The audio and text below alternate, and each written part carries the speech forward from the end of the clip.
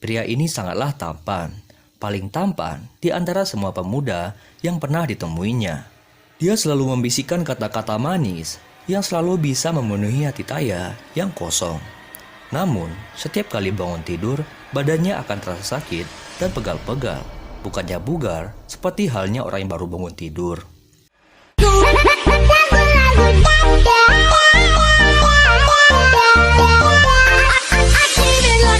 Halo semuanya.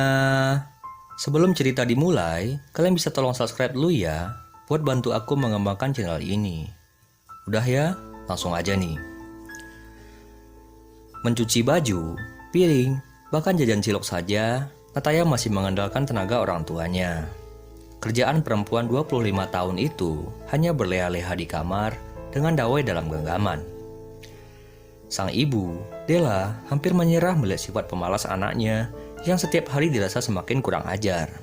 Bahkan, anak itu berani berteriak dan membentak setiap kali dinasihati, membuat batinnya menjerit sakit tidak terima.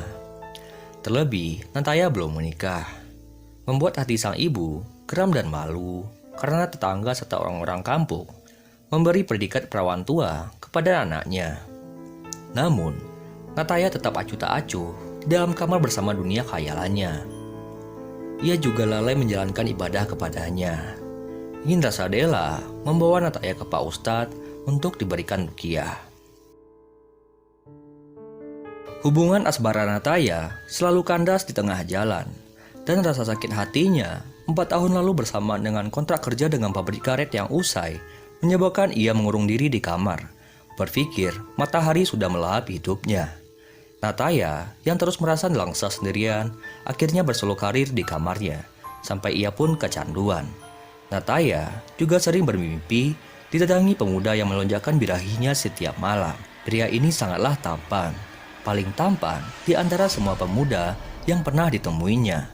Dia selalu membisikkan kata-kata manis yang selalu bisa memenuhi hati Taya yang kosong. Namun, setiap kali bangun tidur, badannya akan terasa sakit dan pegal-pegal, bukannya bugar seperti halnya orang yang baru bangun tidur. Sebenarnya, pernah juga sang bibi dari jauh ingin menjodohkan Nataya dengan anaknya. Tapi pemuda bernama Ipan itu malah mengatai wajah Nataya seperti setan setelah bertemu.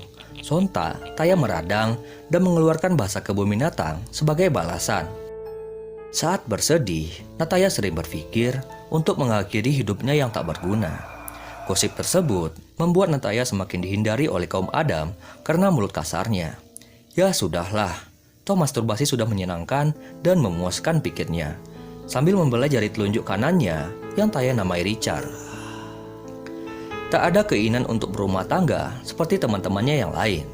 Ia tak peduli jika Bu Della mengomelnya setiap hari. Aura Taya semakin gelap setiap harinya. Kini melihat sang ibu yang begitu letih akan sikapnya, Nataya mulai berpikir untuk memperbaiki diri. Ditambah, dia sedang jatuh cinta dengan pemuda di kampung sebelah. Hingga anak tak berbakti itu mau, bahkan meminta sendiri, dibawa ke rumah Pak Ustadz oleh ibunya, yang ingin bertanya sekaligus berniat untuk mengobati Nataya, yang auranya dirasa selalu tertutup, seakan tidak memiliki gairah untuk hidup. Minggu sebelumnya, Nataya kedatangan seorang teman yang membawa pacarnya, yang seorang indigo di rumahnya. Saat melihat Nataya, pacar teman itu berkata, ada makhluk halus yang mengikuti Nataya kemana-mana. Ia menyarankan agar Nataya lebih mendekatkan diri kepada Tuhan yang Maha Kuasa. Di rumah sederhana di daerah Subang, Nataya langsung menangis mendengar penuturan Pak Ustadz yang mengklaim kasus Nataya bukan jin kiriman, bukan pula guna-guna dari orang yang membencinya, melainkan kelalaian Nataya sendiri yang tidak membentengi diri dengan perlindungan Tuhan. Setan itu menyukai Nataya yang suka melamun sendirian di kamar, tanpa berusaha bangkit dari keterpurukannya. Memakai baju terbuka saat tidur, jin juga menyukai hawa nafsu, sampai-sampai auranya negatif karena selalu ditemani setan.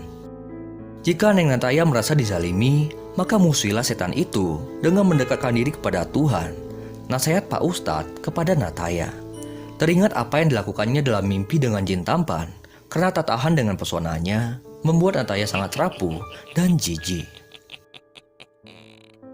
Kemudian Pak Ustadz mulai melakukan ruqyah kepada Nataya, dibantu oleh muridnya yang bernama Andi, dengan membaca ayat-ayat suci. Selang beberapa saat, setan mulai memasuki tubuh Nataya, hingga ia mulai berteriak-teriak dan berusaha melarikan diri. Nataya kemudian dipegangi oleh ibunya dan murid Pak Ustadz Andi dan dijatuhkan.